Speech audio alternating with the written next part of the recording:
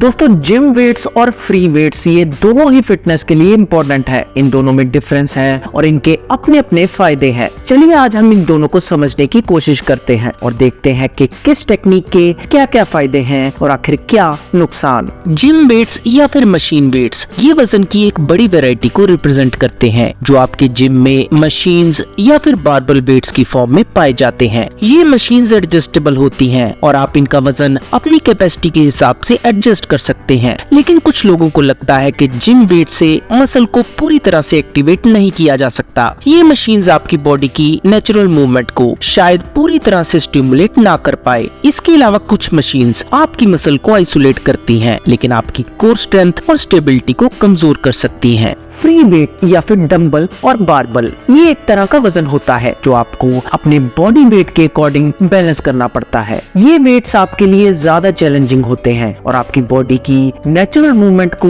ये प्रमोट करते हैं। फ्री वेट्स का सबसे बड़ा फायदा ये है कि ये आपकी कोर स्ट्रेंथ को बढ़ाते हैं। जब आप इनका इस्तेमाल करते हैं तो आपके कोर मसल ऑटोमेटिकली एक्टिव होते हैं, साथ ही इससे बैलेंस और स्टेबिलिटी को सुधारने में मदद मिलती है। लेकिन फ्री वेट्स का इस्तेमाल करते समय गलत फॉर्म या फिर टेक्निक का यूज करने से आपको चोट लगने का खतरा बढ़ सकता है, इसलिए इनका इस्तेमाल करने से पहले सही तरह से इनकी प्रैक्टिस करना जरूरी है। चलिए अब जिम मशीन्स और फ्री वेट इन दोनों के फायदों और नुकसान के बारे में डिटेल में समझते हैं। जिम मशीन्स और फ्री वेट ये दोनों ही अपने अपने तरीके से स्ट्रेंथ ट्रेनिंग में कारगर होते हैं। जिम मशीन्स वर्कआउट को शुरू करने वालों या फिर चोट से ठीक होने वालों के लिए एक कंट्रोल्ड एनवायरनमेंट प्रोवाइड करती हैं। इन मशीन्स में स्टेबिलिटी और सपोर्ट के साथ यूज में आने वाली मसल्स पर अलग से ध्यान दिया जाता है। दूसरी ओर फ्री वेट जैसे कि डंबल्स और बारबल्स ये स्ट्रेंथ ट्रेनिंग के लिए एक ज्यादा डायनेमिक और एडेप्टेबल अप्रोच ऑफर करते हैं। जब आप इन वेट्स का इस्तेमाल करते हैं तब एक वाइड रेंज ऑफ मसल्स को एक्टिवेट किया जाता है, इंक्लूडिंग स्टेबलाइजर्स विच इम्प्रूव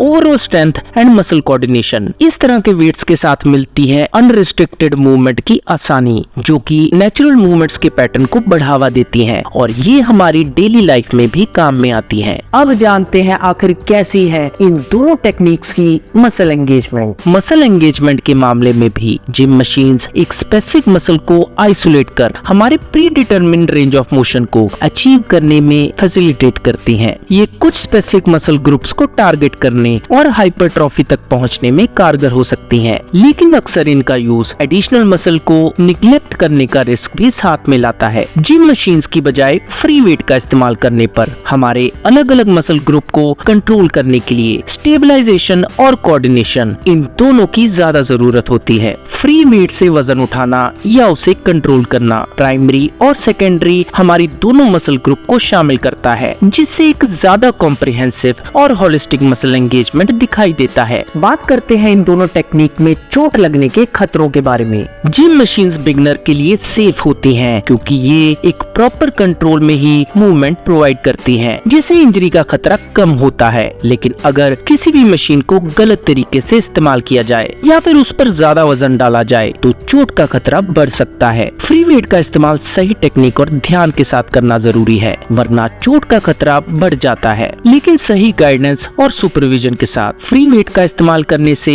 चोट से बचा जा सकता है। इन दोनों वर्कआउट रिजीम में आखिर कैसा है हमारे जॉइंट्स पर इनका असर। जिम मशीन्स हमारे जॉइंट्स पर कम दबाव डालती हैं, जिससे जोड़ों को आराम मिलता है। मशीन्स की फिक्स्ड मूवमेंट पैटर्न के कारण जॉइंट्स पर कम स्ट्रेस आता है, जिससे चोट का खतरा कम होता है। फ्री वेट्स हमारे जॉइंट्स पर ज्यादा प्रेशर डालते हैं क्योंकि इनमें स्टेबलाइजेशन और कोऑर्डिनेशन की जरूरत होती है। लेकिन सही टेक्निक और ट्रेनिंग के साथ फ्री वेट्स के यूज से जॉइंट्स को फ्लेक्सिबल बनाया जा सकता है और उनकी स्ट्रेंथ को बढ़ाया जा सकता है। कंपेयर करते हैं अब इन दोनों में एक्सरसाइज वेरिएशन की। मशीन्स एक स्पेसिफिक एक्सरसाइज के लिए डिजाइन की जाती हैं, इसलिए इनमें वैरायटी कम होती है और कुछ गिनी चुनी एक्सरसाइज ही की जा सकती हैं, जिससे वर्कआउट रूटीन थोड़ा सा मोनोटोनस हो सकता है। फ्री वेट से आप अलग अलग तरह की एक्सरसाइज कर सकते हैं, जिससे आपको वर्कआउट में मजा आता है। डंबल और बारबल इन दोनों के साथ आप ज्यादा मसल ग्रुप को टारगेट कर सकते हैं और अपने वर्कआउट को काफी हद तक वर्सेटाइल बना सकते हैं। How about difference in progressive overload between these two workout techniques. कुछ मशीन्स में प्रोग्रेसिव ओवरलोड प्रोवाइड करना थोड़ा मुश्किल हो सकता है क्योंकि इनमें एक फिक्स्ड रेजिस्टेंस होती है, इसलिए मसल को कंटिन्यूअसली चैलेंज करना थोड़ा डिफिकल्ट हो सकता है। हालांकि फ्री वेट्स प्रोग्रेसिव ओवरलोड को बढ़ाने में हेल्प करते हैं, जो हमारी मसल डेवलपमेंट और स्ट्रेंथ के लिए इम्पोर्टेंट है। आप अपने वेट्स को रेगुलरली बढ़ाकर अपनी मसल को नए लेवल तक पहुंचा सकते हैं, जिससे उनकी ग्रोथ